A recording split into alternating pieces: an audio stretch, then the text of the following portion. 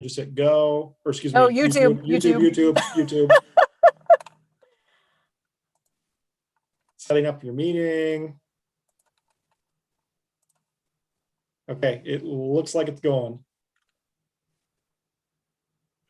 Okay. We're live. Yes. All right, great. Well, welcome everyone who is with us tonight. I'm Jessica Vanderkolk. I'm the communications manager for the city of Battle Creek, and we are here with you for a live virtual town hall event. We are going to be talking tonight about the proposed roundabout for North Avenue and Emmett Street. So I just have a little business to go through real quick before we get started. We do have a call-in option to ask questions this evening. The phone number is 312-626-6799. And tonight's meeting ID is 857-1899-2835. Now, we are streaming live on the City of Battle Creek, Michigan YouTube channel tonight, and that call-in information is in the live chat on our YouTube channel, so you can catch it there as well. We also had question submissions ahead of time, and we got a lot of great questions, so thank you to everyone who was able to do that and ask your questions. We also took questions from our event posts on social media, so thank you for engaging with us there as well. We are going to follow the standard used in our virtual public meetings during this town hall, and anyone who calls in, we will allow you to have 3 minutes to ask your question, just because we want to allow as many people to get their questions in tonight as possible. We know a lot of you have them. When you call in to offer your public comment, you'll be placed in our waiting room. When we start the question and answer period, you're going to press *9 if you want to make a comment.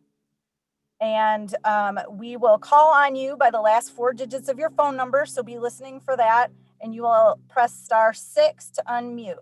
So *9 to say you want to give a comment, and then *6 to unmute. All the questions and answers tonight are going to be added to the frequently asked questions on our website. And we've created a special webpage just for information about the roundabout, and that's at battlecreekmi.gov/roundabout. And I think we're ready to begin. So I'm going to turn it over for a presentation portion first, and we're going to start with our Department of Public Works Director, Carl Fetters. Take it away, Carl. Well, thank you, Jessica, and thank you, everyone, for joining us tonight. Obviously, with this, the topic again is North Avenue and Emmett Street's proposed roundabout. So just a little bit of agenda of the presentation. We're going to go through introductions of our team. We're going to kind of talk about the problem a little bit, some history, the alternatives that we have suggested or have been suggested, the advantages to the proposed roundabout, and we'll touch on some myths versus facts, some of the what we've heard from some of the people that have been notified of the roundabout. We'll talk about the current status, the next steps, and then obviously give a long period for a question and answer. So I'll go ahead and introduce everybody. From my team, the City of Battle Creek, I'm Carl Fetters. I'm the Director of Public Works. Greg Rickmar is our Traffic Engineering Manager, and he has over 40 years of experience with the city. And Darren Campbell is is a civil engineer with our engineering division, and is really familiar with the site and has been on site quite a bit. Our consultant for this project is Whiteman and Associates, and on the call is Aaron Neatling as the senior civil engineer, and Melanie Standage, also a senior city engineer or civil engineer. And then again, we have Michael Lewis, the manager of safety and security from Bronson Battle Creek. So Greg, I think you're going to talk about a little bit about the current situation here. Yes. Intersection level of service and safety. I think we're all familiar with the concept of level of service. It refers to how well a service is being provided. When we dine at a restaurant, we tend to evaluate how well a waiter or waitress served us while dining, and we may raise or lower our tip based on the level of service provided. Likewise, a street intersection can have a level of service. You can have a level of service based on delay or how long it takes to travel through the intersection. It can also have a level of service based on safety, and we can have other levels of service based on how well it serves bicycle or pedestrian traffic. While all these different levels of service are all valid, when we speak of an intersection's level of service, we're usually referring to how much delay from traffic or red lights we experience when traveling through it. Sometimes level of service is assigned a letter grade, often A through F. When we speak of an intersection's level of service A might refer to an intersection with free-flowing traffic and little or no delay. While level of service F might refer to gridlock, traffic stopped in all directions. The Emmett Street and North Avenue intersection ordinarily carries about 23,000 vehicles per day. That varies somewhat year to year and dropped to a 20-year low last year in 2020 due to reduced travel from COVID-19. What was notable about this 20-year low in traffic volumes was that 2020 was also the only year in the past 20 years with no traffic crashes. Several years during that past 20 experienced 19 crashes, but there was none in the 1 year when traffic volume has reached a 20-year low. These 2020 statistics illustrate how traffic volumes and safety interact. Low traffic volumes tend to produce low crash rates. High traffic volumes tend to produce high crash rates. One may think that there were no traffic problems here based on the zero crashes during 2020. However, only 3 years earlier, there were 18 crashes here. Our traffic volume projections through the year 2040 show a steady increase in traffic volumes here throughout that period, and we thus expect corresponding increases in traffic crashes and corresponding increases in other factors such as congestion. Last year's drop in traffic volumes and traffic crashes cannot be expected to continue. While this intersection may function well now, conditions will deteriorate over the coming years. Our desire and recommendation to install a roundabout here is to assure continued safe and efficient travel over the coming years.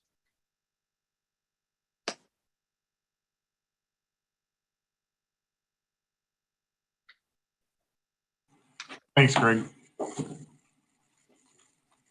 So with that kind of in mind, I kind of want to walk through a little bit of history with the intersection and where we were back in October 2018 when the vehicle pedestrian crash happened and resulted in fatality.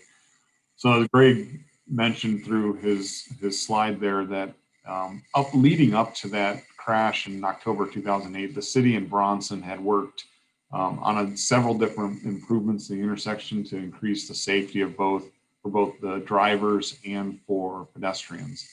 And one of the questions that we've been asked is this the result? Is this proposal the result of that crash by itself? And the answer is no. Bronson had documented some near misses, several near misses, and we had been working up to that point in trying to make the intersection as safe as possible. But following that accident, we did reach out to a consultant by the name of OHM Advisors, and they conducted what was called a road safety audit.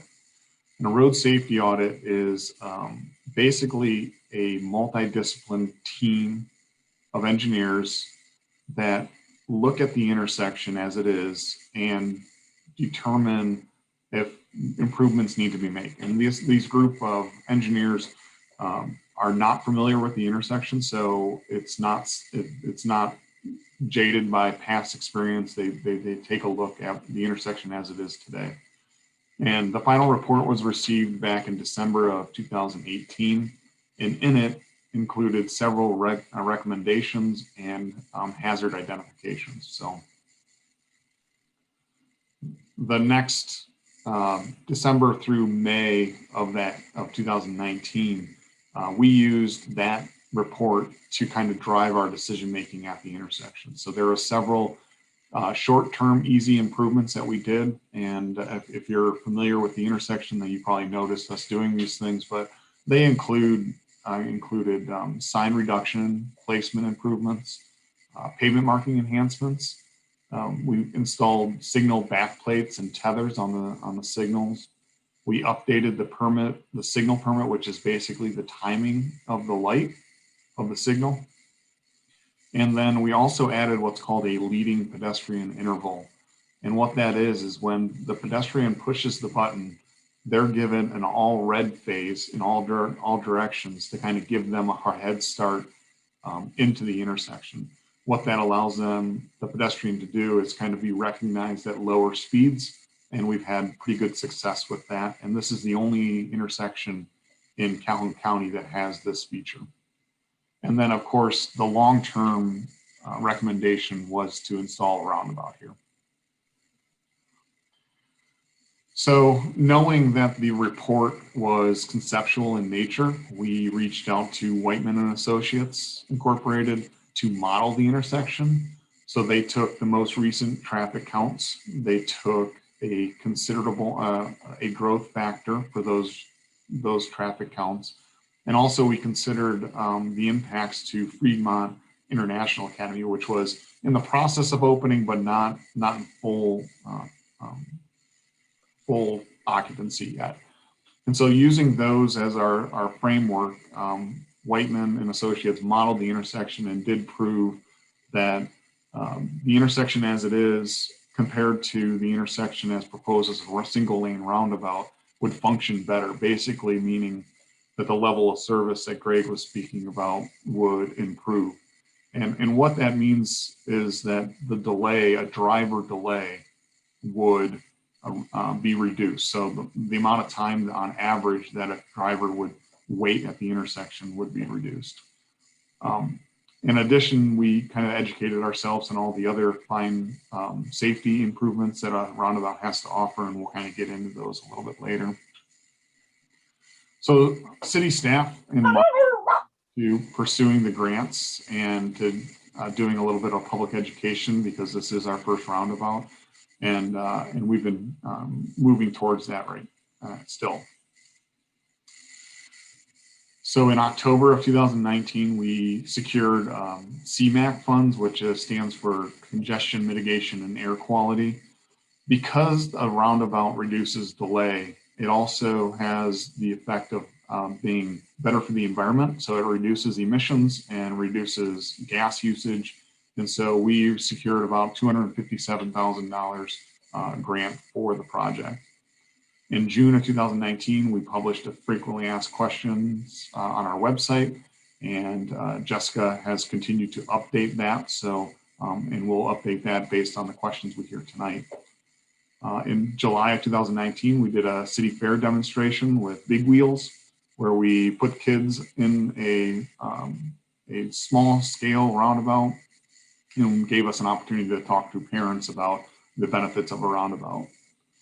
And then in July of 2019, we also submitted a safety grant application to the Michigan Department of Transportation for the construction of the proposed roundabout. In September of 2019, we aired a Keeping You Informed on Roundabouts, and I believe that's still available if you'd like to go watch it, and I think we have links on our website. In March of 2020, we were awarded our $600,000 Highway Safety Improvement Program grant, which helped us to kind of push the project a little bit further, meaning we had about $857,000 in grants for the project. In June of 2020, we entered into a contract with Whiteman and Associates for the design of the roundabout. And in December of 2020, after we had kind of played around with the design a little bit, we were able to do a full-scale demo. And we were able to bring out our transit department, our fire department, and our DPW equipment, and some larger trucks to just make sure that the roundabout functioned like we thought it would, and we were able to make small adjustments in the design. In January of 2021, we received a letter of support from Bronson Battle Creek, which will be a big partner and has been a big partner in this project. And in February, we gave a commission workshop presentation very similar to the one you're seeing tonight. So I think Melanie is going to take it from here. Yep. Thanks, Carl. Just want to talk about some of the just general characteristics of roundabouts first, for people who may not be familiar with them. And then I'll get into some advantages of roundabouts and why they're used. So general characteristics, roundabouts, you can see this graphic here that has been included, shows kind of the key components of a roundabout. Per their name, they are typically circular in shape, and they have a large central island, which is the big green circle that is usually a combination of pavement and grass. And then we have the circulating roadway that goes around the central island. And then of course the approach and departing legs on all four legs of the intersection. And then those kind of green triangle shaped dividers between the approach and departing lanes are called splitter islands. And I'll talk about those a little bit later as well. And then basics of how roundabouts function for vehicular traffic is that the traffic that is approaching the roundabout on the approach legs is required to yield to the circulating traffic that is already within the roundabout. If you are within the roundabout and within that circulating traffic, you have the right of way and are not required to stop to let people in. And I know that can be kind of a common misconception that I see using roundabouts through the area. Sometimes people will stop while they're in the circulating pattern, which is not the intended functionality. So that's just a real basic high level overview of roundabouts. Want to get into some advantages. So first I'll talk about some of the environmental impacts and advantages of roundabouts. So one of the main benefits of roundabouts is their reduction in emissions. And that's one of the reasons that some of this funding comes into play, because they help with lowering emissions. And they do this in a couple of ways. They reduce the acceleration and deceleration cycles of vehicles that is seen at the intersection. So normally at a signalized intersection, you have a lot of slowing down to a stop and then accelerating back to full speed. Whereas at a roundabout, you're typically just slowing down or stopping for a shorter period of time. So those emissions are reduced. To piggyback off of that, it also reduces idle time. So rather than having all the vehicles stopped for a set period of time, like at a signalized intersection, 60 seconds, 45 seconds, those idle times are reduced with a roundabout, keeping traffic moving a little bit more consistently. And finally, it limits the stopping sometimes altogether during these off-peak hours. So when you don't have peak traffic can kind of free flow through the roundabout. And of course, you still need to slow down as you approach and yield, but you don't necessarily have to stop if there's not a lot of traffic within the circulating roundabout. So in all those ways, it helps reduce emissions, which is a great positive impact on the environment. There are also operational and maintenance costs that are reduced with roundabouts. So we look at a standard 4-leg signalized intersection, and those typically have about a 10-year lifespan, and they have all of the costs associated with upkeeping the electrical, upgrading the signals, and the electricity required to run those signals. And then we look at a roundabout, which doesn't require those electricity features. And they also have a longer lifespan of about 20 to 25 years. So there's definitely some reduction in operation and maintenance costs for a roundabout over a signalized intersection. And then just some kind of general reduced societal costs as well. And I'll talk about this in a minute, but those are mainly just from the reduction in serious injury and fatal crashes that has been proven with roundabouts over a signalized intersection. Next slide. Getting into more of that crash severity. So nearly 25% of all traffic fatalities in the US are associated with intersections. So this is kind of driving this need for safer designs at intersections. Roundabouts have been studied to be safer than other intersections, and this is most notably for those serious injury and fatal crashes. So we have a couple of graphics here, and the main reason that these crashes are seen, these serious crashes are reduced, is because of the types of conflicts and potential crashes that are seen at a signalized versus a roundabout intersection. So at a 4-leg intersection, we have a lot of 90-degree conflicts with a lot of those turn movements with left-hand and right-hand turn movements. And those are essentially eliminated with a roundabout, and they all become somewhat side swipe conflicts. And I believe there's a graphic later in the presentation that shows the different conflict points at each type of intersection. But there are actually, at a standard 4-way signalized intersection, there are 32 different conflict points, and at a roundabout, there are 8. So there's a pretty significant reduction in opportunities for vehicular conflict, and also just reducing, those T-bone type crashes, those head-on collisions that cause these serious injuries and fatalities. And studies have shown that these fatalities and serious injury related crashes are reduced by about 60 to 75% with roundabout use compared to a signalized intersection for this particular application of a roundabout. Next slide. And I want to also touch on pedestrians and how they use roundabouts and some of the safety benefits for pedestrians of roundabouts. I know that that's a really big question, one that we get a lot. So a lot of the similar type benefits of a roundabout over a signalized intersection, just the general reduction in speeds of vehicles, getting vehicles to all travel in the same direction. But for pedestrians, the risk of being involved in a severe collision is lower at a roundabout than other forms of intersections, mainly due to those slower vehicular speeds. And actually, a pedestrian involved in a crash with a vehicle is 8 times more likely to die in a crash at 30 miles an hour than if that vehicle is traveling at 20 miles an hour. So even just a 10-mile-an-hour difference in vehicle speed, is substantially lowering the risk of those collisions. And just for reference, roundabouts are typically designed at about 15-mile-an-hour circulating traffic. So typically motorists are going between 12 and 18 miles per hour as they travel through the roundabout. Whereas in a signalized intersection, vehicles are traveling the speed limit, probably a little bit higher than that. So going 30 plus miles an hour through this intersection. So it's definitely a reduction in opportunities for serious crashes in that way. Another benefit of roundabouts is that the length of time and distance to cross is shorter. So in a standard intersection, we're looking at about 35 to 40 feet of pavement that is crossed all at one time.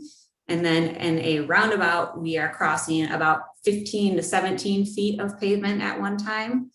So the time that the pedestrian is exposed to traffic is less. And they have to make that crossing twice for each leg of the roundabout.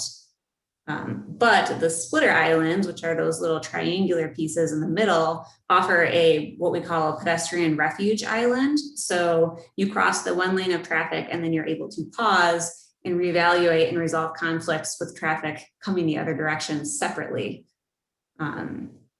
So that helps just reduce those conflicts. You're only dealing with traffic coming either in or out of the roundabout at one time rather than all the traffic at once. So overall, the number of conflict points is lower, and that can just reduce the frequency of crashes. And I think Darren is up next. Thank you, Melanie. So during the process of this roundabout design, as more people find out about it, they fear that it's going to look something like other roundabouts we have in the region, namely the roundabout on Sprinkle Road close to I-94 and the roundabout in Marshall. So in the upper right-hand corner, you can see we've superimposed the proposed roundabout for North and Emmett on top of these two locations. On the left, you can see Sprinkle Road, which is a large multi-lane roundabout. It's designed to handle a large volume of traffic and a large volume of truck traffic. And it's, like I said, it's nearby I-94, so it has quite a bit of freeway volume coming into it. On the right side, you got Marshall, and you can see, maybe you can see the crosswalks going across the roundabout into the traffic circle itself. We won't be allowing pedestrians to cross into the middle of the roundabout like that. And so we're proposing a smaller size roundabout that's primarily has pedestrian safety in mind. During this process, during the road safety audit, one of the outcomes were a couple of alternatives of an underground tunnel and an overhead pedestrian walkway, and a couple of reasons why those won't work. The underground walkway, there's groundwater level concerns. There's a pond nearby in the park, and I think another pond over close to Bronson Hospital's property. So an underground tunnel wouldn't work at this location.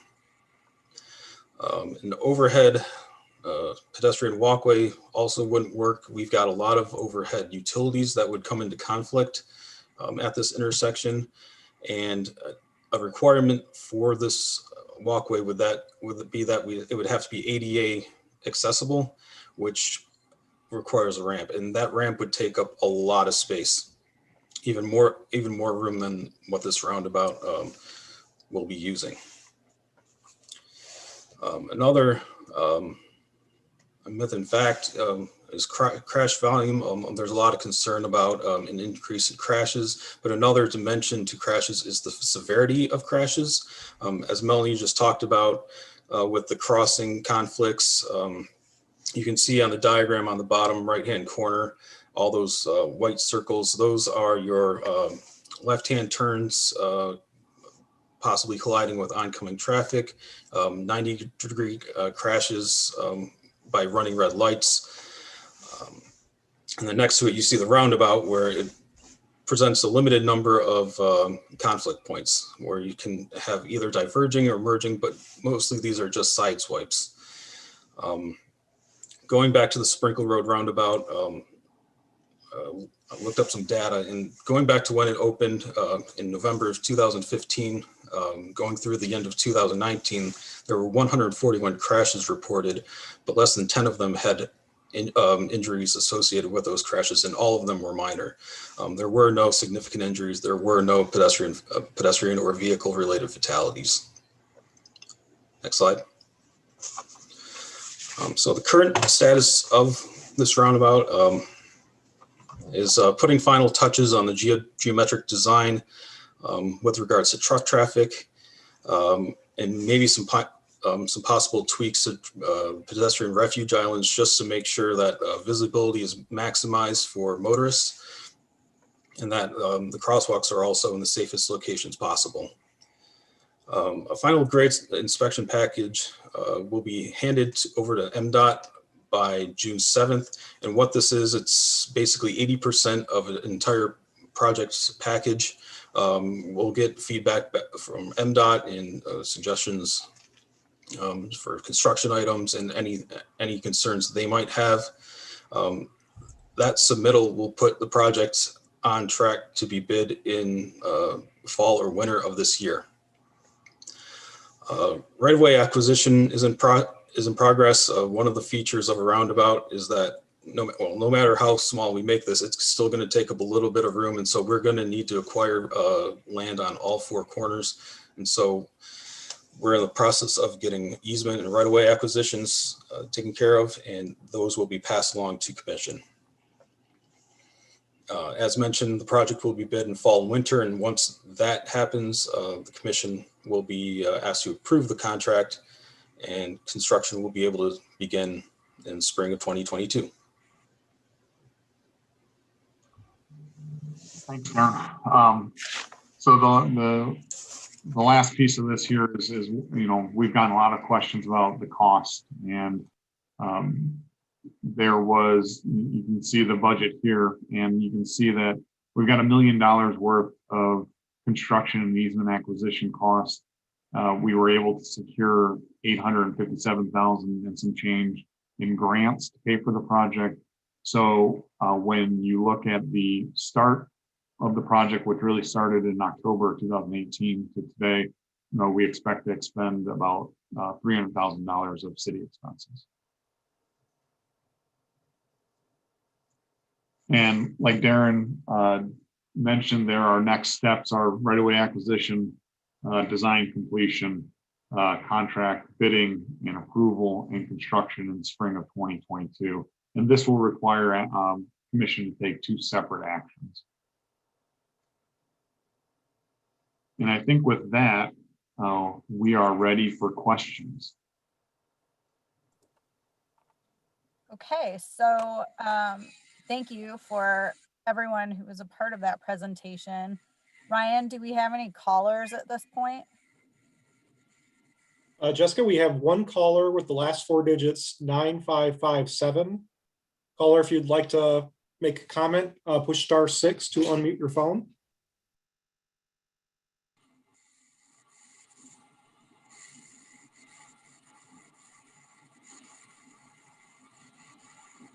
I'm not seeing any movement from them. Once again, caller, last 4 digits, 9557. If you'd like to make a comment, push *6 to unmute your phone.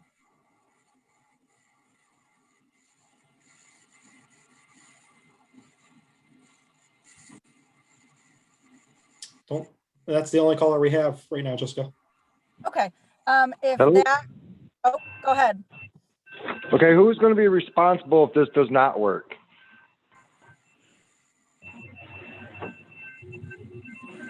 Well, I guess that would be me. I'm the engineer, the director of public works, so that would fall on my shoulders. So you said earlier that it's going to be less of an accident site. I don't know or understand, even after you try to explain it, that if constant flow of traffic is going to be safer than a stoplight and crosswalk, I just don't understand to stick this kind of money where it's not needed. And if it doesn't work in 3 to 4 years and the statistics are different than what you explained in the past years, then who's going to be responsible to pay for it to be taken down? In other words, if there's more accidents and more fatalities with a roundabout, then you're going to be responsible to find more money to make it bigger or better?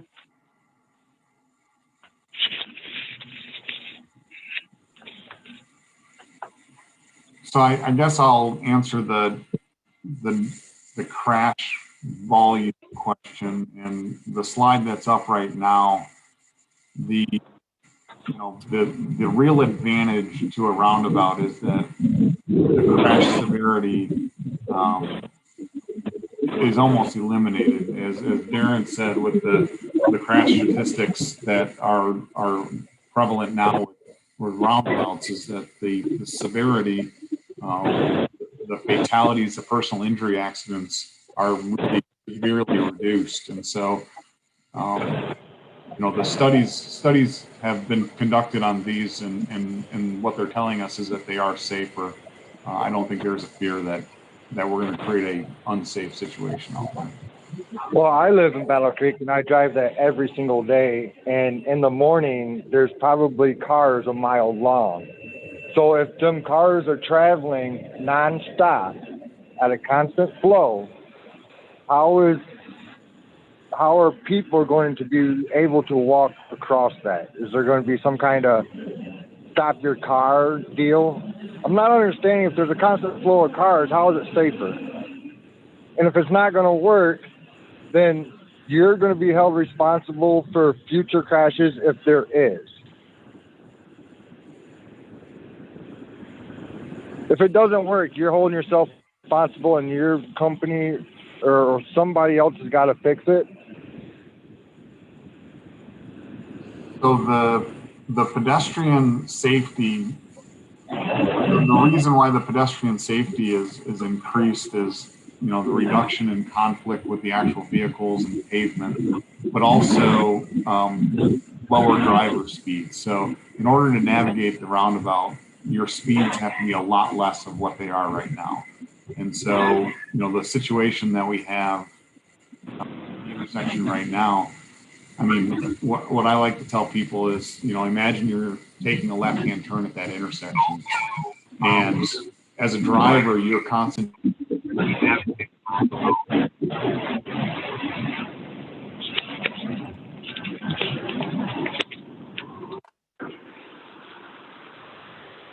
Carl, Carl, I You're- accidentally muted you. I'm sorry.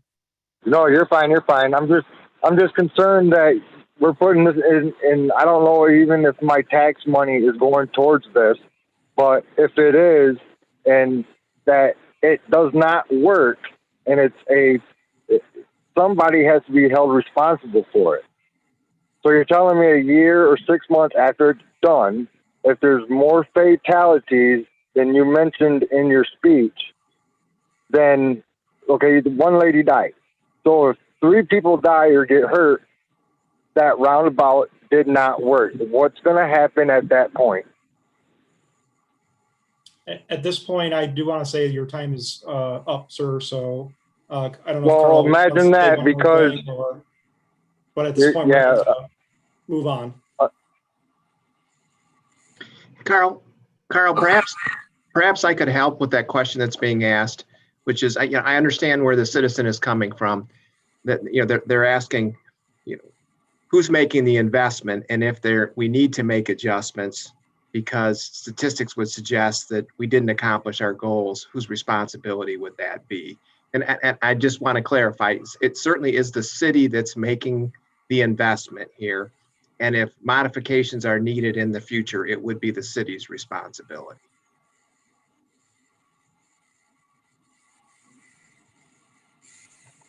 Thank you both. Okay, so we will move to one of the submitted questions. And this was actually a series of submissions talking about emergency vehicles. So the questions are, how would, number one, how would emergency vehicles like ambulances and fire trucks navigate the roundabout? You've shown how small it is. And how would ambulances that need to get through the roundabout to get to somebody from Bronson Battle Creek and come back, how would they be able to navigate the roundabout since it is just that one lane? So I'll take that question. So emergency vehicles, I reached out to police and fire and the ambulance, and they don't have concerns with how to navigate the roundabout. The fire chief explained to me that when they dispatch their fire apparatus on an emergency call, they're required to stop at all traffic signals that have a red signal anyways. So in this case, we won't have a red signal. And the biggest thing that we are going to have to promote is how to yield to an emergency vehicle. So if you're in a roundabout or around a roundabout when there's an emergency vehicle present, the proper thing to do is, if you're not in the roundabout, that you don't enter the roundabout and let the emergency vehicle kind of pass through. If you are in the roundabout, your job, the way you yield is to exit the roundabout and get far enough away where the emergency vehicle can pass you.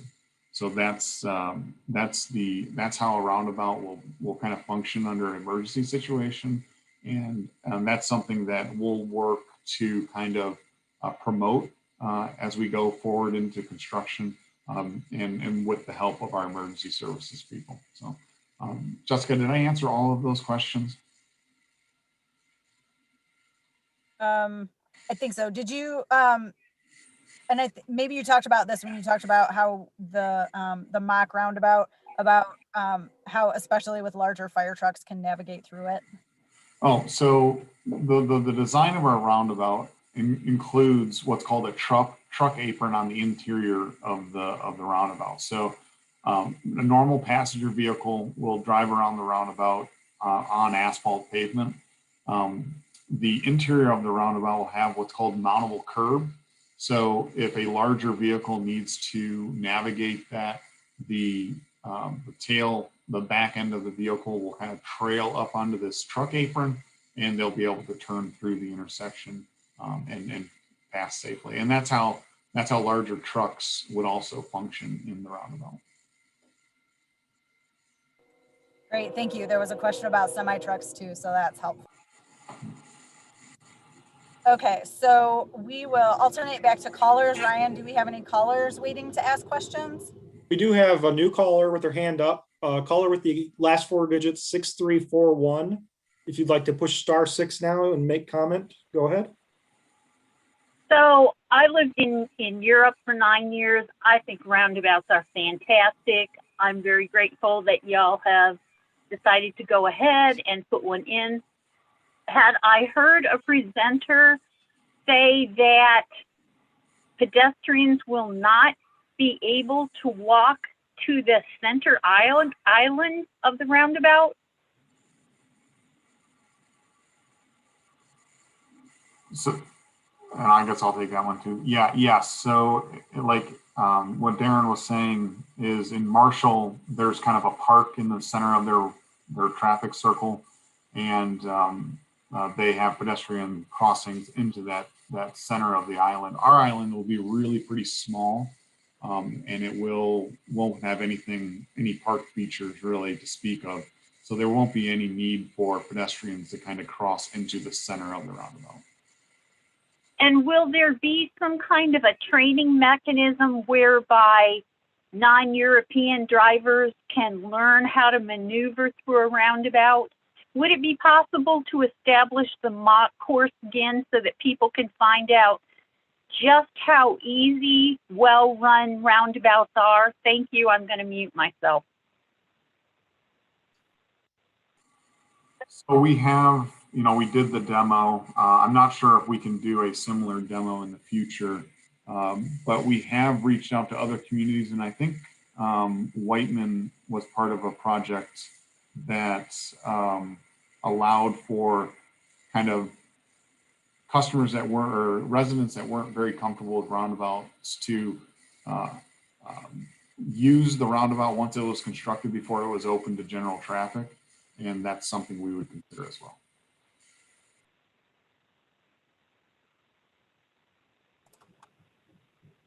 Okay, great. Thank you.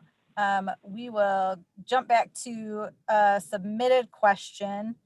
And since we were talking about the center island, someone would like to know if there will be beautification efforts around the roundabout, like trees, planters, possibility of public art, other signage. Is that part of the design plan for the roundabout?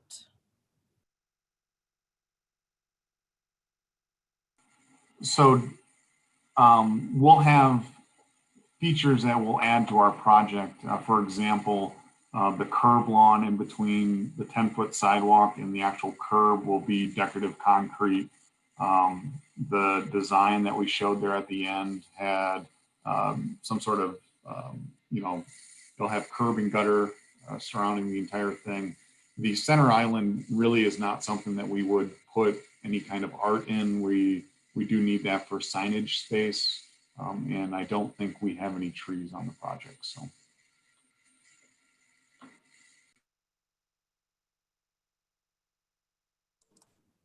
Okay, thank you. I can add to that, Carl. This is Aaron with Whiteman. So one of the main features that may be located in the center island is there may be some shrubs or plantings just to help block the opposing car headlights. Because the goal will be to kind of create some sort of visible buffer to make sure people understand that that road is not a through path anymore. Just to give that definition that they do need to slow down and turn into the roundabout. And then a low growing shrub would help block any headlights that might be a distraction. So as far as beautification, that would be probably the extents we would look at. Again, we really don't want to do any major fixed objects by chance. If somebody does happen to pass through, we do not want to add that fixed object that could add as a hazard in that center island. Great, thanks, Aaron. A couple of questions came in related to Bronson, so I will ask this one to. Oh, sorry. Before I go forward, Ryan, do we have any new callers with their hands up? We do not have any other callers at this time, Jessica. Okay, great. Thanks, Ryan. So I'll go back to our question submissions. Somebody wanted to know if the Bronson shuttle is still being used to transport staff to and from the employee parking lot? All right, Jessica, can you hear me? Yes, go ahead. Okay. All right. So the short answer to that is no. So the shuttle previously serviced a parking lot that was located between College Street and West Street, just off of Emmett. We recently sold that property when we sold the old Bronson Laboratory on College Street. That was included as part of the sale there. So we are no longer using that parking lot, which was a little bit further away from our existing offsite lots, which are located directly across from, directly kitty corner from the hospital. And they're in very close proximity. And we really feel that even if we did offer that service, most employees wouldn't take it. They can get across the street rather quickly, and we have an employee entrance located directly off of our loading dock that 90% of those employees use that park off site right now.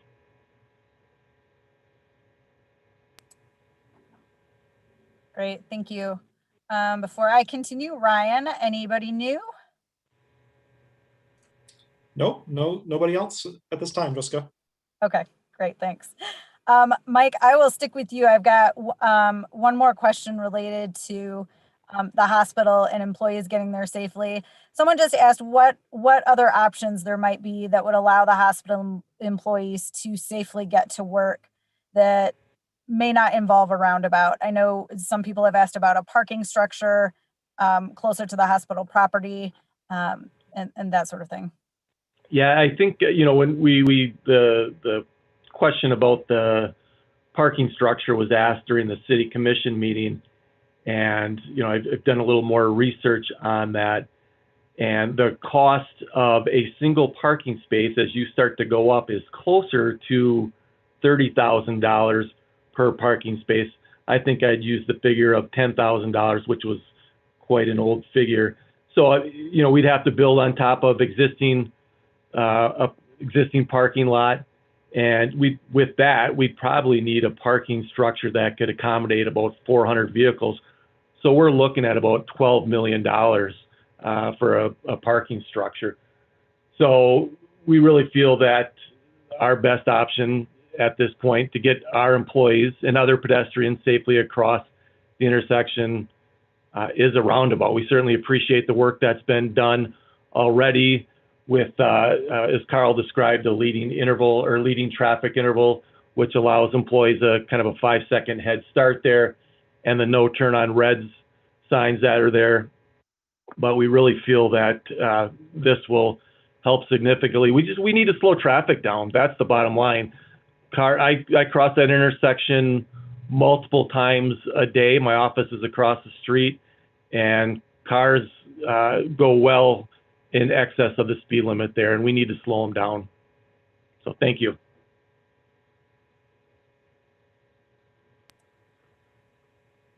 Thanks very much for that explanation, Mike. I see that we have a new caller in, so go ahead with that, Ryan. Caller with the last 4 digits, 1649. If you'd like to push *6 and make comment, go ahead.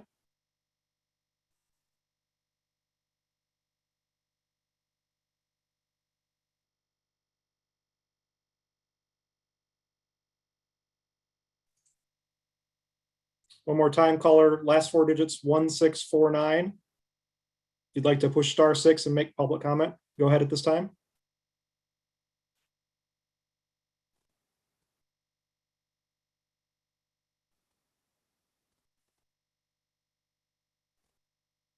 They're not responding, Jessica.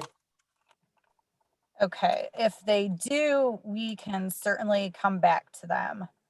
Okay. So thank you.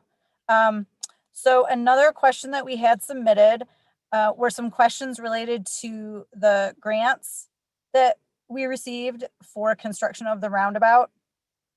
If the grants were specific to this project, what are the ramifications of not building the roundabout or essentially declining use of the grants.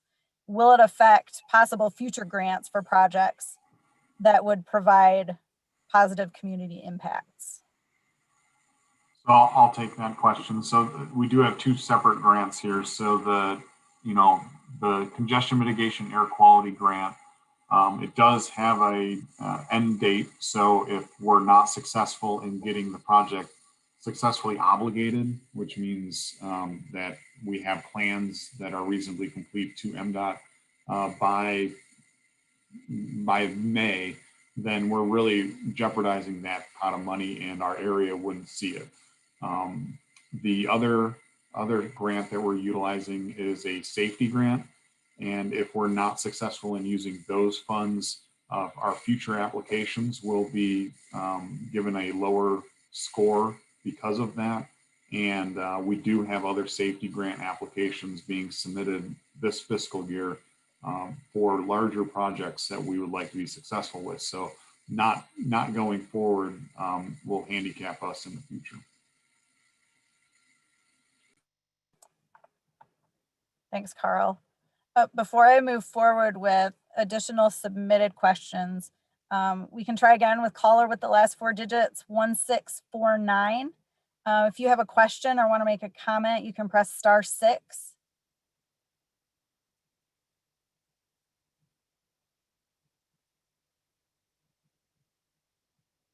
Okay, we'll keep checking in with you periodically. Another question has to do with possible. Jessica, they've just unmuted themselves. Caller, did you want to make comment? Yes, are you here? Can you hear me? Yes, we can. All right, I am on a speakerphone. To make it clear, I'm not a resident. I live on the east side and that travel that way, east and west. I think that all your comments are excellent. I have nothing against roundabouts. I do know that when you mentioned that the property had been sold, the remote parking lot, that was a good addition to all this. That was the first time it had come up, because I was always concerned about pedestrians going diagonally across the roundabout instead of taking the distance to go up to the pedestrian crosswalks. So I just kind of wanted to mention that I think that's a good thing, and there will be less pedestrians crossing diagonally, I think, and we hope, right? So that was my main thing. Hello? Thank you for your comment. Can you hear me? It's funny. Go ahead, Carl. I just also want to mention something. I'm talking on my cell phone. I'm accessing the visual through my PC with the volume turned down. And what happens right now, the screen goes to white with no visuals of anybody involved in the project. Now I see Carl popped up in the right, and then he just went away. That's a little bit strange. I don't need to see how many minutes I've been talking, I don't think. Just passing it on to you. Thank you. We appreciate your comments. Okay. I think that these Zoom meetings are difficult. I think perhaps it'd be better if somehow you could come up with a more simplistic approach to how someone can get involved with them, not to do so many steps, it seems like. I don't have any other suggestions. It did take me about 5 minutes of noodling around to finally get it on my cell phone, and then eventually it popped up on the screen also. So just throwing that at you. Thank you. We're always trying to learn better ways to do this as we work through the virtual landscape we're in now. So thank you for that feedback. Yeah, that was probably the second reason that I joined this, because I wanted to see how well it went. And the presentation is excellent. It would be hard for me to understand why anybody would say that this won't work, because I drive through one multiple times in Florida, and I have never seen any issues there. Granted, there have been people at night or even during the day blast right through the center of it, which if it did have plants and shrubs planted there, that could be a problem for the driver. but it's not the fault of the roundabout itself. By the time you get into the roundabout, slowing down to 25 miles an hour, the most you're going to have in accidents, I think, is straight. So, alrighty. Thank you so much.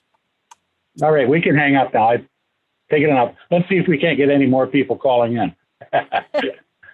We hope so. Thank you. Okay, excellent. So one of By the time you get into the thank you. Sorry about that. No, that's okay. Thanks for getting those muted. So we had a submitted question about this, and also a question in the chat as well on the YouTube stream. What happens when the geese stop traffic and traffic stops moving? We've talked about the continual flow, and we know that that area is big with the geese that hang out in Irving Park. And you know, what if they decide to hang out in the middle where it's just going to be green? So I guess any thoughts on goose mitigation in this area now? So the geese will be a problem regardless of what intersection design and type we put there. They are rude, they are disrespectful, they go where they want. We do have an ordinance in place and signs scattered throughout town where they can't be intentionally, what did we say, Greg? I forget the word, but they can't be intentionally harmed. Injured or killed. What was that, Greg? Injured or killed. Yeah, so they are protected. So they kind of have the run of the park, and they have been a nuisance there. So I'm not sure if maybe we get a little bit more aggressive with relocating them. I think that in the past we've tried to do that, but it might be something to look into. But that problem exists today. Thanks, Carl. Okay, Ryan, do you want to admit the next caller we have? Sure. Caller with the last four digits, 4937. If you'd like to make comment, push *6 to unmute yourself. Hello, am I there? Okay, my comment, I've driven through roundabouts quite a bit, and okay, let's say I'm coming from past Fremont down the hill to North Avenue. I'm on Emmett, and I want to turn right. This is what I have found in the roundabouts I've been in. You're looking to the left to make your turn because that's the way the cars are coming. And you turn right, and I want to go right, and all of a sudden, boom, there's a pedestrian there. So I stop, and I have to hope the car behind me doesn't rear end me. Is there a solution, or how do people normally do this? Do you want to talk about where we positioned our crosswalks in our roundabout? That might be helpful. Yeah, so the recommended range of crosswalk placement outside of that circulating traffic that you're talking about is about 20 to 40 feet. And a typical car length is about 20 feet, so it's about one car length. So the intent there is to provide the space for that vehicle to slow down and stop if there is a pedestrian present in the crosswalk. And vehicle speeds are lower, so your likelihood of somebody hitting you from behind is lower because vehicles are they're already slowing down to yield to other traffic. I understand your concern, and it makes sense. And that drivers themselves might have to get used to a little bit it's a different, I mean, drivers and pedestrians alike, it's a different type of intersection. So you're looking at things a little bit differently. And I know it's going to be a change for people, and I'm sure that will be difficult, but I know that they are successfully implemented, you know, in thousands of different urban environments around the country. So we do provide that space though for vehicles, and I think we even provided a little bit of extra space, so potentially two vehicles to be able to stop to allow the pedestrian to cross. And because this is a single lane roundabout, the time that it will take that pedestrian to cross should be, 3 or 4 seconds. It doesn't take very long to walk 15 feet. So it should be a pretty quick interaction there where the vehicle needs to pause to let the pedestrian complete their movement and get to the central island or get to the other side of the road. Yeah, and that makes sense, and that's how it is supposed to work. But I just find that when you're going into it, you're looking to the left, and you pull out, and by the time you've turned your head and are looking right and are going that way, you're at the you see the pedestrian, and you have to stop. So it's not like a left, you're looking left, right, and everything else. I just found that a little more scary as far as accidents go. I think the pedestrians would be okay, but by the time you stop, or all of a sudden there's geese, I just wondered if that's ever been an issue. So that's all I was asking about. So thank you. Thank you. So hopefully you're able to see, is everyone able to see the schematic? Am I sharing my screen correct? Okay. So the movement that you were talking about, the caller was talking about, is this one here. And you can see the long distance they have. So they're, if a pedestrian's crossing here, it's not like you're taking a sharp right-hand turn here. You're taking a long sweeping turn. So you're able to recognize that pedestrian out the front of your windshield too. And like Melanie was saying, there's queue area here for that car to kind of stop and the roundabout to continue to kind of function as normal. Yeah, and I think to add to that too, just kind of on the flip side, to the further that we push it away from the circulating motion of the roundabout and those slower vehicle speeds, the higher the vehicle speed is going to be. So as vehicles are exiting the roundabout and they're getting 50, 60, 70, 100 feet into that departing leg, they're going to be accelerating to get back up to the speed. So that's just kind of why that typical range is about 20 to 40 feet. So you're still catching the slow speeds from the actual intersection itself. So hopefully that helps clear that up a little bit.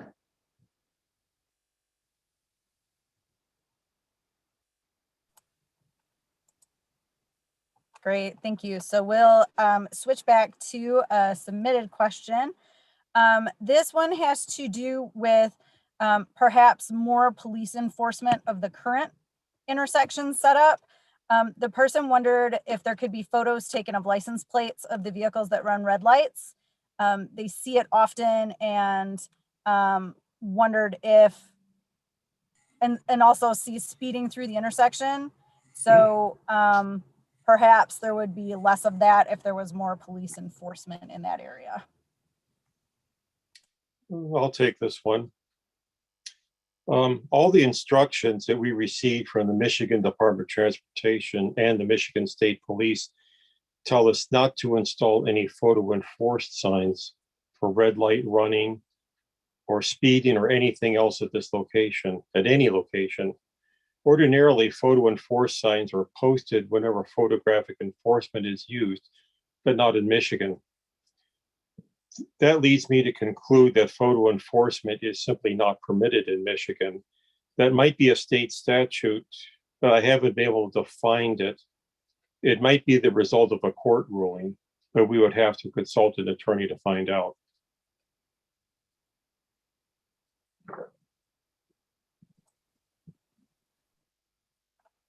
Thanks, Greg. Okay, I know we have a couple of more callers, so let's switch back to our next caller, please, Ryan. All right, caller with the last 4 digits, 7641. If you'd like to push *6 and make public comment, go ahead. Hi, I have 2 questions. Talked about the accidents and injuries caused in this intersection previous to the roundabout. Can you give me any stats on that? And also, what's the length of duration of construction here, and how is that going to interfere with emergency vehicles used in this intersection? Thank you. Well, I can answer the crash statistics question. In 2018, there were a total of 11 crashes. 9 were vehicle to vehicle. 1 was a personal injury crash, and 1 was a fatality. In 2019, there were 6 crashes. All 6 of them were vehicle to vehicle crashes. And there, as I previously mentioned in my introduction, that there were no crashes in 2020, but that was also a year of reduced traffic volumes due to COVID-19.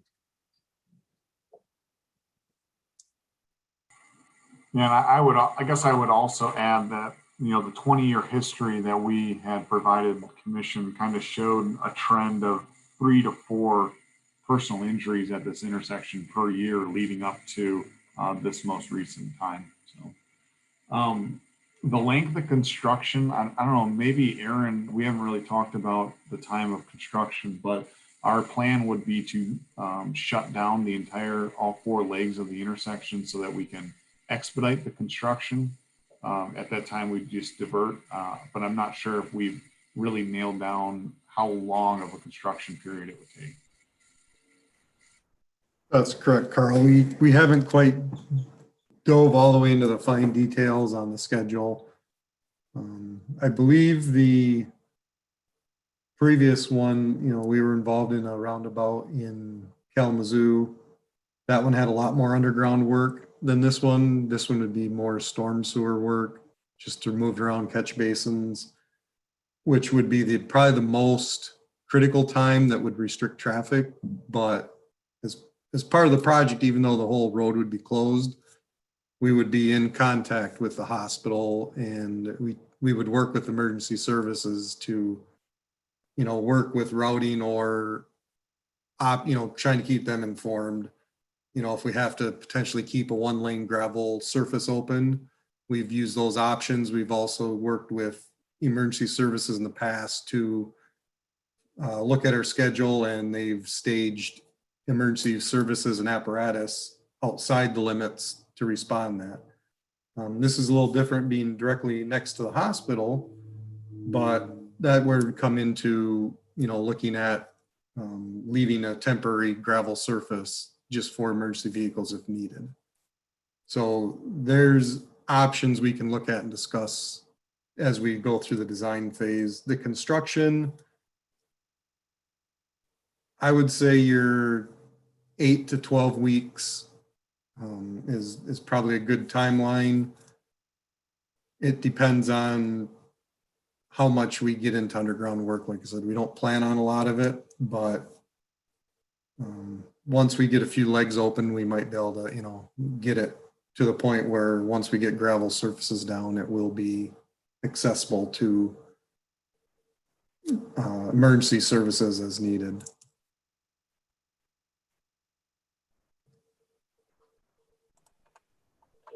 Great. Thank you very much. So I have a question from the chat, and this might be one for you, Carl. They wonder if there will still be a traffic light off of North Avenue that's near the emergency entrance for Bronson, and if that will impact the flow of traffic to the roundabout.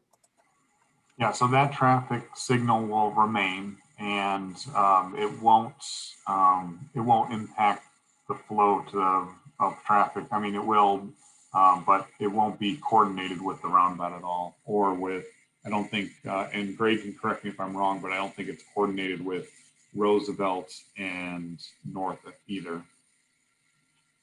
I think that whole corridor is coordinated, but obviously you won't coordinate with the roundabout. It's nothing to coordinate. It'd be coordinated with the Roosevelt signal. Just one more thing, there won't be any risk of traffic spilling back into the roundabout for northbound traffic that stopped at that light. Based on past traffic studies, we didn't observe that to be a problem, so there's no concern there. Thanks, everyone. I think right now we have one more caller waiting to ask a question, Ryan. Yes, caller with the last four digits, 6655. If you'd like to make comment, push *6 to unmute yourself and go ahead.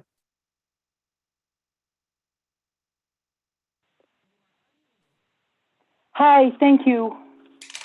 I feel like speaking out is pretty much helpless these days.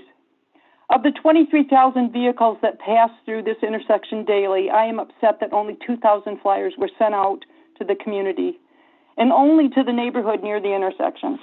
After all, the whole city uses this intersection.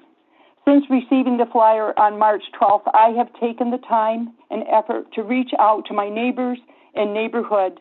In all, I've covered or hit at least 70 people.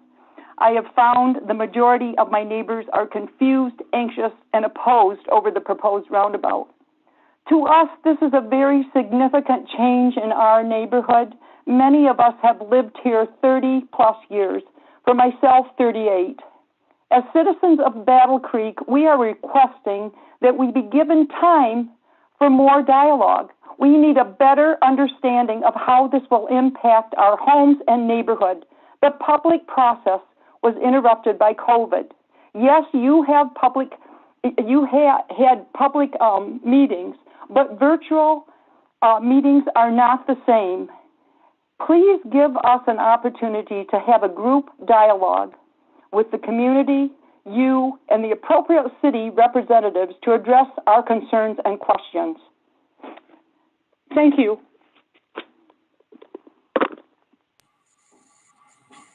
I can address that, and COVID really did impact our public engagement plan. I mean, ideally we would have been at neighborhood planning commissions in November.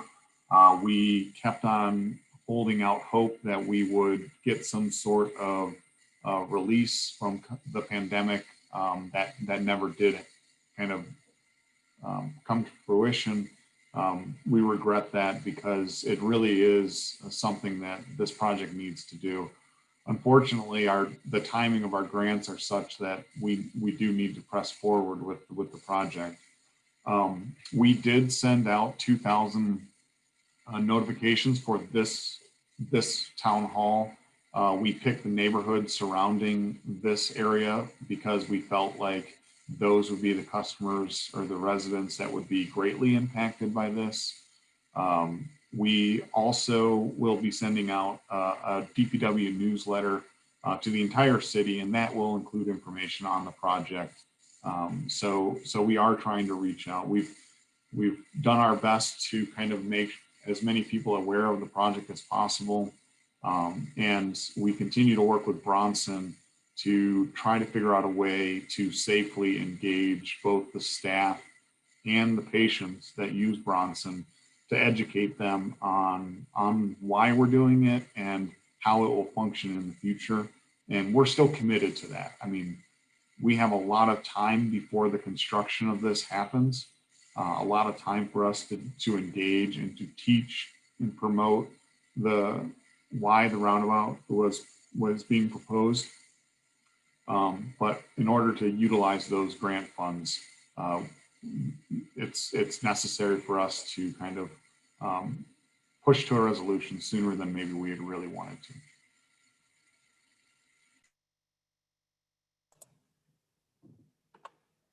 Thanks, Carl. And I would add too about the cards that were sent out to the surrounding neighborhood.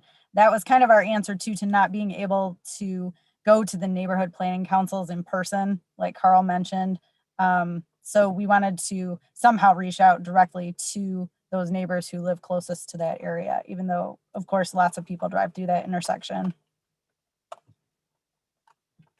Okay, I have a chat question that I don't think we've touched on really. Someone wanted to know how in our looking at this intersection in the area, if we can talk about how this would help or otherwise affect KCC students who wait for a while to get out onto North Avenue from campus.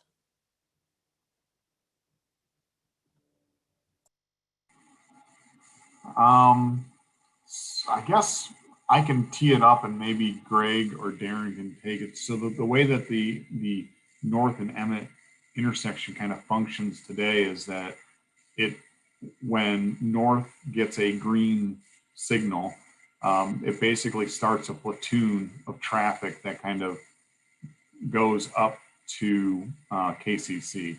My guess is that platoon maybe is hard to exit at KCC, but I'm not sure that the roundabout will make that any better or worse, unless Greg or Darren want to chime in on that.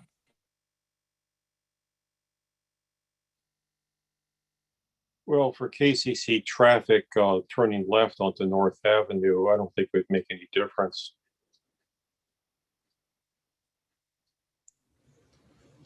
Yeah, during traffic studies, we sat out on that northern signal for the hospital at that entrance, and the furthest the southbound queue got was maybe just a few vehicles beyond that. So I would be very surprised if the ability to turn left out of KCC was highly impacted by this roundabout.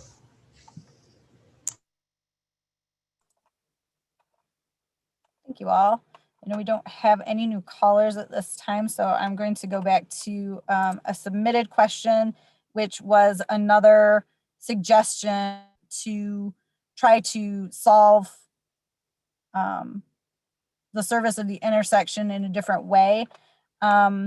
They wondered about using different traffic signal control to actually have all directions stop on a red, and then signal for pedestrians to cross in some manner, and then go back to the traffic cycle. And while they're on that, all stop, not allowing any right turns. Okay, well, we created a computer model how this intersection operates and modified it to see how it would work if with an all red pedestrian interval. After examining the results, we dropped that idea from further consideration. Adding that all red pedestrian walk interval would have greatly increased vehicle delay, resulting in queues or backups that would have extended hundreds of feet in all directions all day long. It would have resulted in what many road users would have considered unacceptable delay. That idea would work if we widen each approach to 5 lanes, but we don't have the right of way to do that.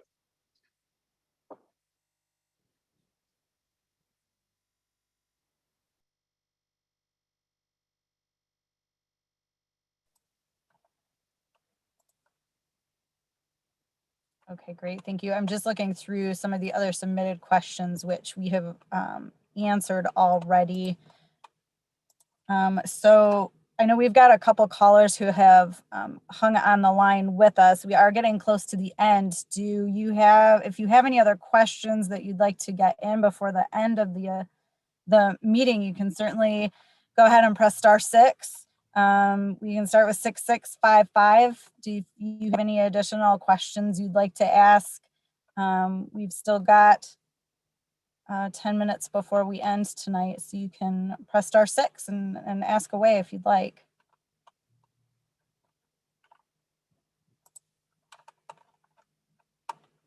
And also for anybody who's watching, if you've got any questions to add to the chat.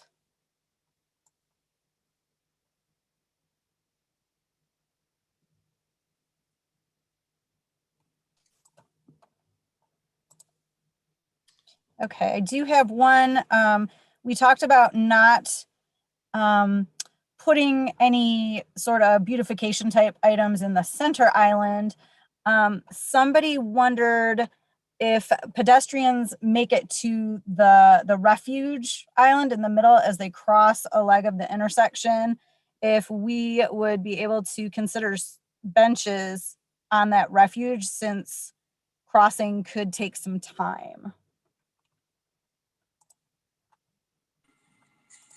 So I don't think we would want to put any sort of obstruction in the pedestrian island, and we don't really want to encourage people to kind of hang out in those pedestrian islands either. I think the goal of those is to provide some temporary relief for the pedestrians so that they can complete their traffic their traffic maneuver. You have to remember that there's still going to be active traffic on both sides of this pedestrian island. So perhaps some benches in the park area would be more appropriate.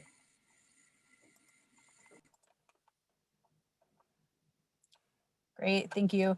I wanted to offer the opportunity again. We still have caller 6341 with us. If you have any additional questions before we end tonight, you can go ahead and press *6 again.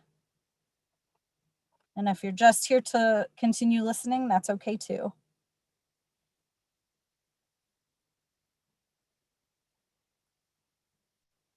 Okay, great, we'll move on.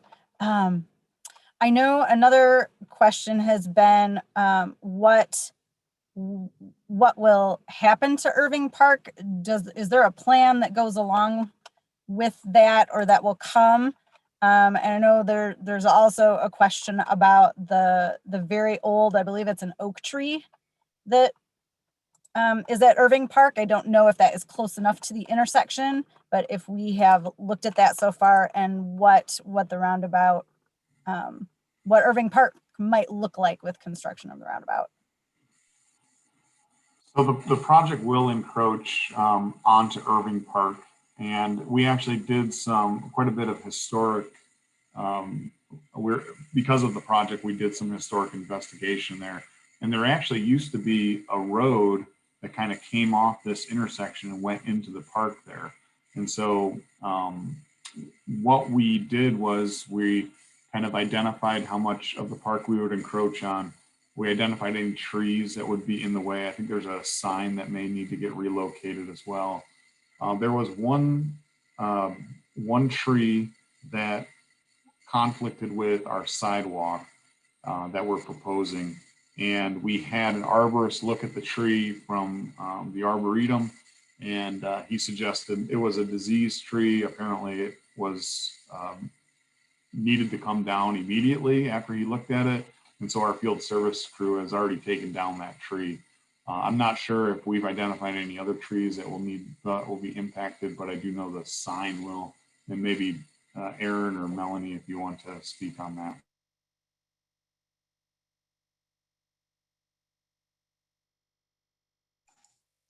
Yeah, from my recollection, we were only impacting that one tree.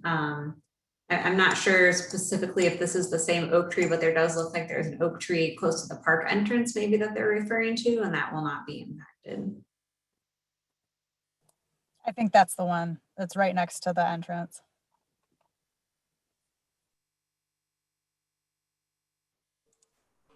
So yeah, that's correct, Melanie, there's just the sidewalk, and that was something we looked at, which was with the city, was do we revise the sidewalk to go around the tree? And that's when the arborist was involved to provide the recommendation on that, on whether or not that tree was salvageable or not. Just to make sure we were putting the sidewalk in the best location so that we weren't impacting areas that we didn't need to. And when we looked at the layout, trying to keep the sidewalk as close to the roundabout as possible is to minimize the impact to the park. And it's mainly going to be that southeast corner. And as Carl mentioned, the old report showed there was an old roadway that went through there. There's existing utilities that bisect the park in that area. So we're actually on top of areas that have been previously disturbed and constructed on, and we've minimized the impact by just touching one tree that was no longer survivable based on the arborist's recommendations.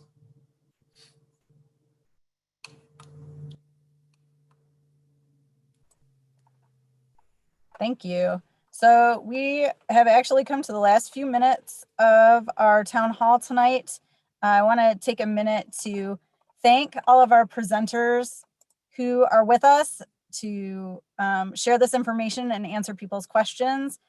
Thank you everyone who called in and asked your questions and offered your input on this project. Thank you everyone watching live and offering input and feedback in the chat. We really appreciate everyone's participation. And again, I just want to plug the website where we're collecting information on this project. After this town hall, we'll be adding all of this and much more. And that's at battlecreekmi.gov/roundabout.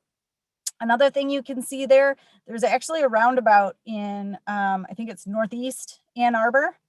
And it's very, very similar to what is proposed here for Battle Creek. And so we actually went there and drove around it so you can see what that looks like. It had other vehicles in it at the time. It had some pedestrians in it too. So you can get a little bit of an idea about how much traffic has to slow down and just a little bit of what that looks like, especially if you haven't driven through a roundabout like this before. So with that, I'd like to ask any of our speakers if there's anything else that you would like to share out or have our neighbors think about as we're going forward in looking at this project. Jessica, I would just add on behalf of the city manager this evening that obviously it's very difficult to determine the feasibility of a project like this without doing some initial design work and engineering, or even seeking some grants to see if financially it's something that we can do here at the city. So I know Carl has mentioned a couple times that we're on a bit of a schedule as we took some of those actions to make sure, again, that this was a feasible project. But I think that the manager has been pretty clear that the decision still needs to be made, right? That collectively as an administration, we would make a recommendation that needs to be endorsed by the city commission. So we encourage people, as you have, Jessica, to continue to provide feedback. Even though we need to work through a schedule, this is ultimately a decision that would be made by the commission. And we are taking people's feedback and very interested in your thoughts. So continue to provide that information as we work our way through this process. Thanks, Jessica. Thanks, Ted. Carl, did you want to? Yeah, I want to, everyone on my team here, I know if you have questions that kind of remain or you still have concerns, I've talked to a number of different people, and, the reason why we're choosing a roundabout, there's many. And typically, if I'm able to spend any amount of time with anybody, I'm able to kind of let them know what the rationale is. And we're more than happy to have those conversations one-on-one. We're limited in what we can do in group settings right now, but we're interested in answering as many questions that you may have about this project.